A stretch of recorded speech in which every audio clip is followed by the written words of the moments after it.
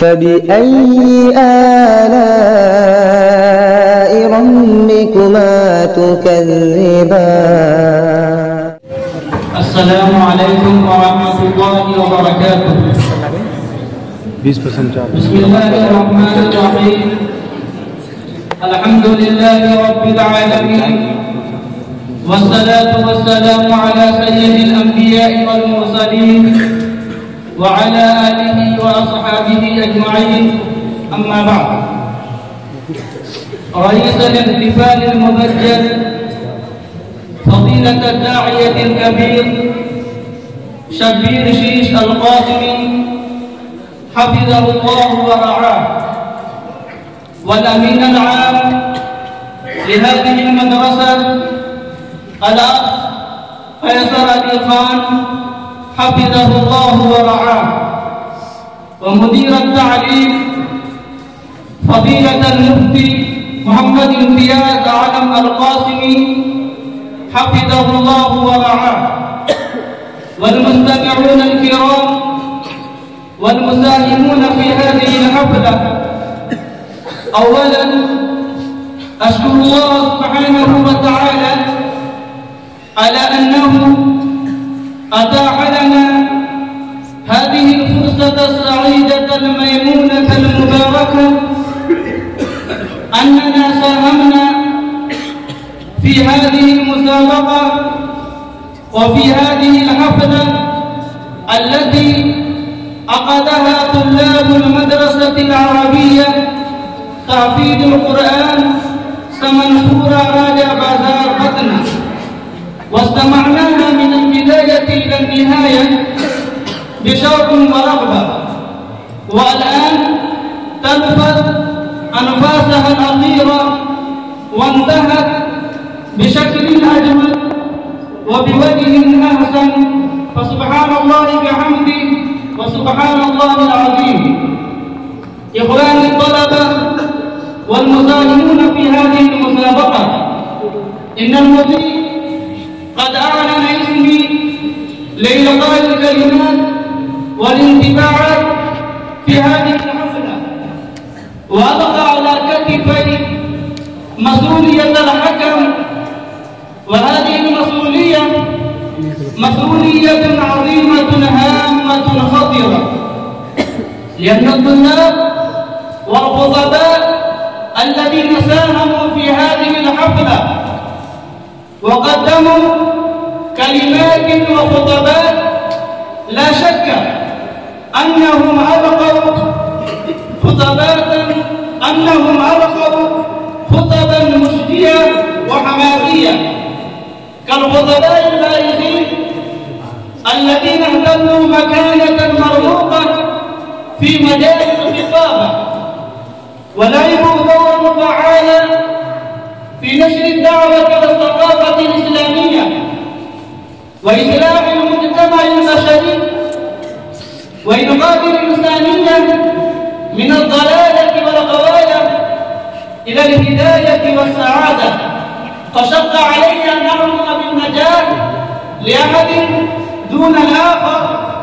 وتسجيل العلامات البارزة للدرجة الأولى والثانية والثالثة لبعض دون البعض، بما رأيت جميعا منكم تتبرزون وتمتازون وتتفوقون، فبشرى سارة وهنيئا لجميع الطلاب الذين ساهموا في هذه المسابقة، أنكم ناجحون وفائزون، من حيث أنكم قدمتم الخطبات الحماسية بين هؤلاء العلماء النابهين والأساتذة الطالعين وبين أيدي الناس من غير رهبة ووجه، بشكل أجمل وبوجه أحسن وبصوت جهوري، كما أن الله سبحانه وتعالى بعض الأنبياء والمرسلون كلهم محترمون ومكرمون ومحبوبون عند الله سبحانه وتعالى، ولكن الله سبحانه وتعالى فضل بعضهم ورفع بعضهم درجات، كما قال تعالى في القرآن الكريم: تلك الرسل فضلنا بعضهم على بعض منهم من كلم الله ورفع بعضهم درجات. الطلاب الذين فازوا بالدرجة الأولى والثانية والثالثة لا يزعمون أنني أكبر خطيب في هذه المدرسة، ولا يزعم أنني أكبر خطيب في هذه الدولة، ولا يزعم أنني أكبر خطيب في هذا العالم، ولا يكون أحد خطيبا كمثلي على وجه الأرض، بل نشكر الله سبحانه وتعالى على أنه أكرمكم بهذه النعمة الجليلة. والطلاب الذين لم يحصلوا على درجات النجاح الأولى والثانية والثالثة لا ييأسوا ولا يفلتوا، بل اجتهدوا جهودا كاملة كي تكونوا خطباء بارعين كالسيد أتاه الله شاء البخاري والمفتي محمد طيب القاسمي رحمه الله رحمة واسعة. إخواني في العلم والدين، لا ينبغي لنا أن نطيل الكلام بين هؤلاء العلماء الأجلاء النبلاء، وأختم معترفا بأنكم قدمتم جميع هذه البرامج بشكل أجمل، وبذلتم قصارى مجهوداتكم في تغيير التسليمات وتنشيط المواهب الفاضلة، بالإضافة إلى أنكم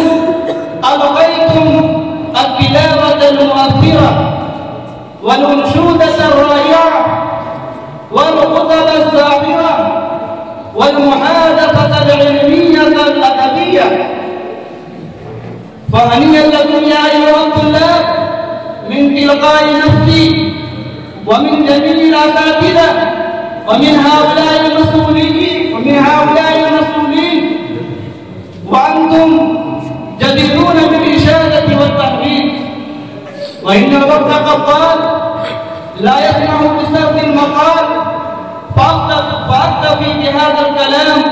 والصلاة والسلام على خير الأنام، والسلام عليكم ورحمة الله وبركاته.